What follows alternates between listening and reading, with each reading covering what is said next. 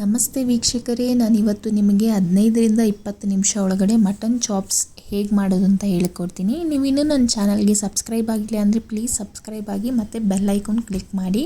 First ಒಂದು mixer ಜಾರ್ಗೆ ಒಂದು ಫುಲ್ ಬೆಳ್ಳುಳ್ಳಿ ತೊಗೊಳ್ಳಿ, ಅರ್ಧ ಇಂಚು ಶುಂಠಿ, 2 ಮೀಡಿಯಮ್ ಸೈಜ್ ಈರುಳ್ಳಿ, ಅರ್ಧ ಟೊಮ್ಯಾಟೊ, ಸ್ವಲ್ಪ ಕೊತ್ತಂಬರಿ, 1 ಟೇಬಲ್ ಸ್ಪೂನಷ್ಟು ಕಾಳುಮೆಣಸು, 4 ಲವಂಗ, ಅರ್ಧ ಇಂಚು ಚಕ್ಕೆ, 12ರಿಂದ 15 ಹಸಿಮೆಣಸಿನ್ಕಾಯಿ, ಕಾಲು ಟೇಬಲ್ ಸ್ಪೂನ್ ಅರಿಶಿನ ಪುಡಿ, ಅರ್ಧ ಟೇಬಲ್ ಸ್ಪೂನ್ ಧನಿಯಾ ಪುಡಿ, ಸ್ವಲ್ಪ ನೀರು ಹಾಕಿ ಇದನ್ನು ನಾವು ಫೈನ್ ಪೇಸ್ಟ್ ಮಾಡ್ಕೊಂಬಿಡೋಣ.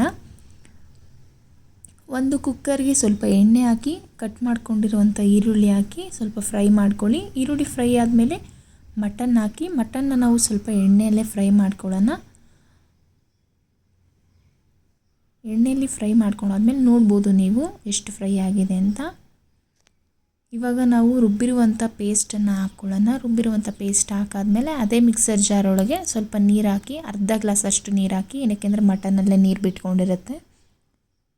ರುಚಿಗೆ ತಕ್ಕಷ್ಟು ಉಪ್ಪು ಹಾಕಿ ಸ್ವಲ್ಪ ಮಿಕ್ಸ್ ಮಾಡಿಕೊಂಡು ನಾವು ಇದನ್ನು 3 ವಿಷಲ್, ನಾವು ಮಟನ್ ಹೇಗಿರುತ್ತೋ ಆ ಥರ ನಾನಿಲ್ಲಿ 3 ವಿಷಲ್ ಮಾಡ್ಕೊಂಡಿದ್ದೀನಿ. ನೋಡ್ಬೋದು ನೀವು ಮಟನ್ ಹೇಗಾಗಿದೆ ಅಂತ. ಚೆನ್ನಾಗಿರುತ್ತೆ, ಟ್ರೈ ಮಾಡಿ. ಕಮೆಂಟ್ ಮುಖಾಂತರ ನೀವು ನಿಮ್ಮ ಅನಿಸಿಕೆಯನ್ನು ತಿಳಿಸಿ. Thank you. ಇದೇ ರೀತಿ ಸಪೋರ್ಟ್ ಮಾಡಿ.